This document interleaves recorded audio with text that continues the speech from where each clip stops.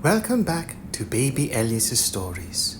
We now return to Treasure Island by Robert Louis Stevenson. Part 6, Captain Silver. Chapter 32, The Treasure Hunt, The Voice Among the Trees. Partly from the damping influence of this alarm, partly to rest Silver and the sick flock, the whole party sat down as soon as they had gained the brow of the ascent. The plateau being somewhat tilted towards the west. This spot on which we had paused commanded a wide prospect on either hand. Before us, over the tree-tops, we beheld the cape of the woods, fringed with surf. Behind, we not only looked down upon the anchorage and Skeleton Island, but saw clear across the Spit and eastern lowlands a great field of open sea upon the east. Sheer above us rose the spyglass, here dotted with single pines, there black with precipices.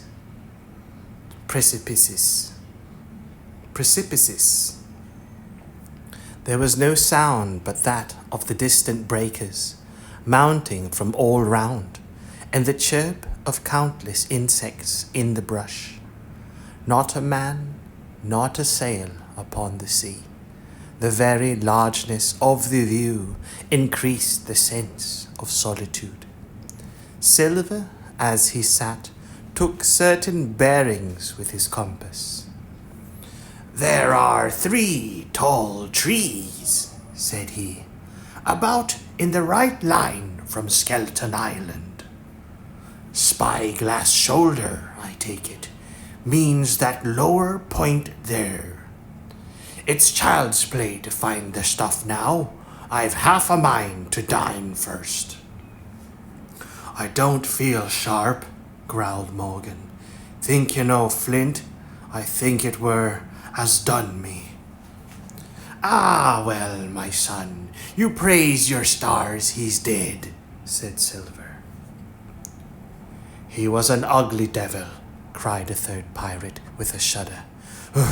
"That blue in the face, too." "That was how the rum took him," added Mary. "Blue. Well, I reckon he was blue. That's a true word." Ever since they had found the skeleton and got upon this train of thought, they had spoken lower and lower, and they had almost got to whispering by now, so that the sound of their talk hardly interrupted the silence of the wood.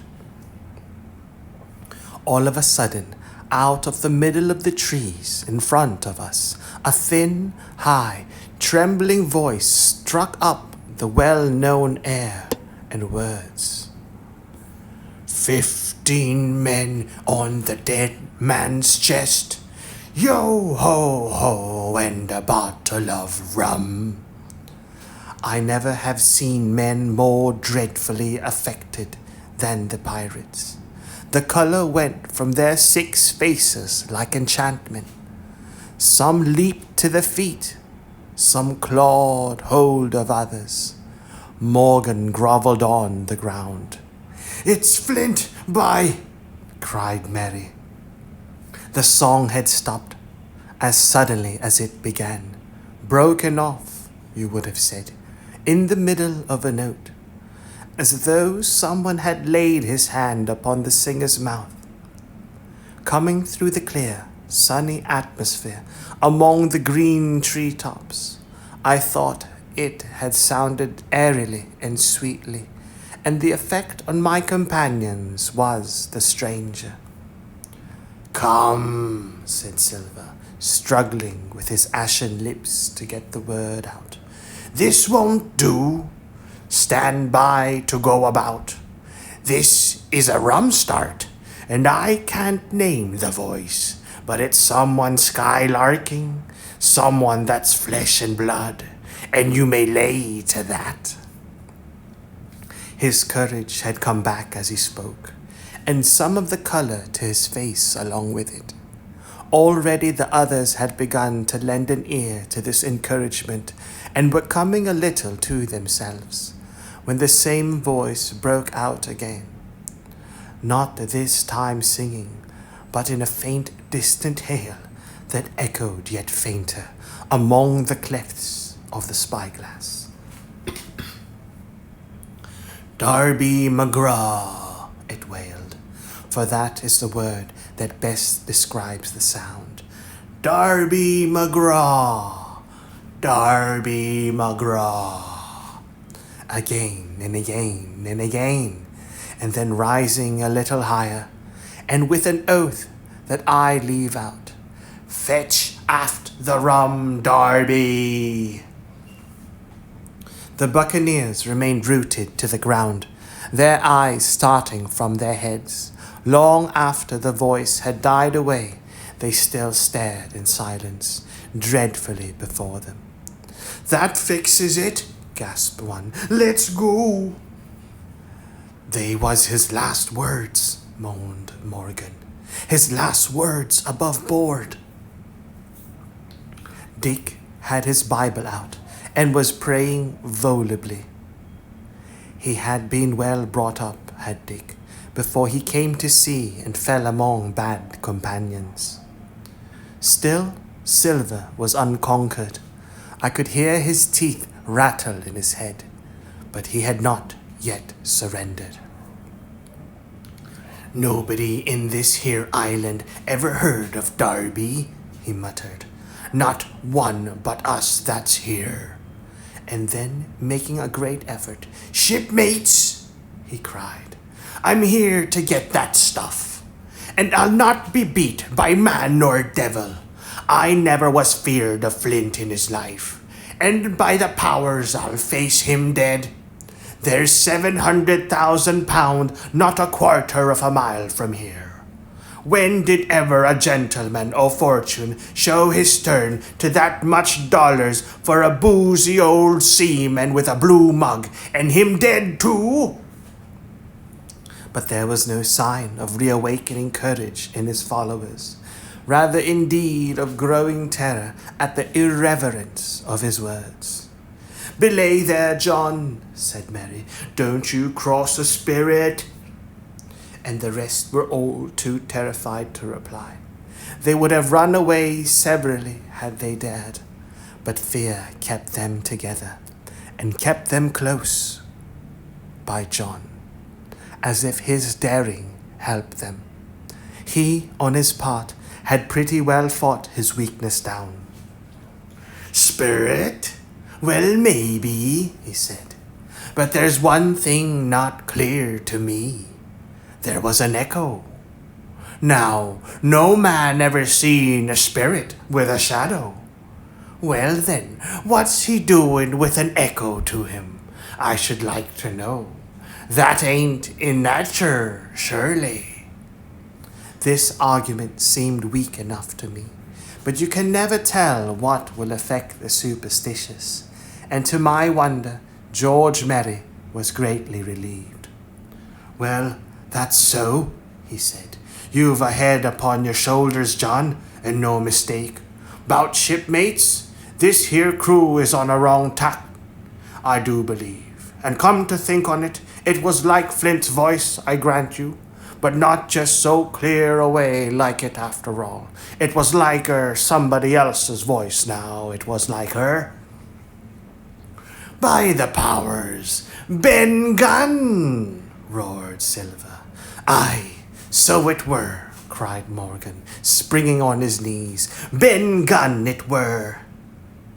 "It don't make much odds, do it now?" asked Dick. "Ben Gunn's not here in the body any more than Flint." But the older heads greeted this remark with scorn. "Why, nobody minds Ben Gunn," cried Mary. "Dead or alive, nobody minds him." It was extraordinary how their spirits had returned, and how the natural colour had revived in their faces.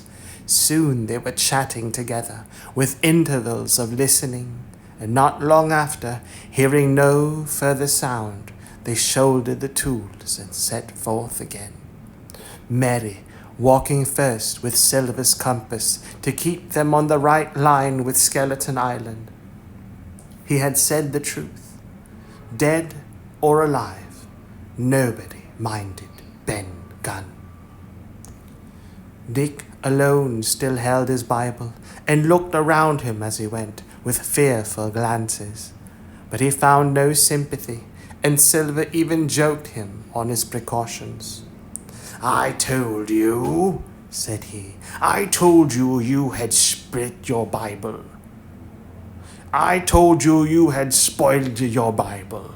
If it ain't no good to swear by, what do you suppose a spirit would give for it? Not that." And he snapped his big fingers, halting a moment on his crutch. But Dick was not to be comforted. Indeed, it was soon plain to me that the lad was falling sick, hastened by heat, exhaustion, and the shock of his alarm. The fever predicted by Dr. Livesey was evidently growing swiftly higher. It was fine open walking here upon the summit. Our way lay a little downhill, for as I have said, the plateau tilted towards the west. The pines, great and small, grew wide apart, and even between the clumps of nutmeg and azalea, wide open spaces baked in the hot sunshine. Striking, as we did, pretty near northwest across the island we drew, on the one hand, ever nearer under the shoulders of the spyglass, and on the other looked ever wider over that western bay where I had once tossed and trembled in the oracle. The first of the tall trees was reached, and by the bearings proved the wrong one. So with the second. The third rose nearly 200 feet into the air above a clump of underwood, a giant of a vegetable, with a red column as big as a cottage, and a wide shadow around in which a company could have maneuvered. It was conspicuous. It was conspicuous far to see both on the east and west, and might have been entered as a sailing mark upon the chart. But it was not its size that now impressed my companions. It was the knowledge that 700,000 pounds in gold lay somewhere buried below its spreading shadow. The thought of the money, as they drew nearer, swallowed up their previous terrors. Their eyes burned in their heads. Their feet grew speedier and lighter. Their whole soul was found up in that fortune, that whole lifetime of extravagance and pleasure that lay waiting there for each of them. Silver hobbled, grunting on his crutch. His nostrils stood out and quivered. He cursed like a madman when the flies settled on his hot and shining countenance. He plucked furiously at the line that held me to him, and from time to time turned his eyes upon me with a deadly look. Certainly he took no pains to hide his thoughts, and certainly I read them like print. In the immediate nearness of the gold, all else had been forgotten.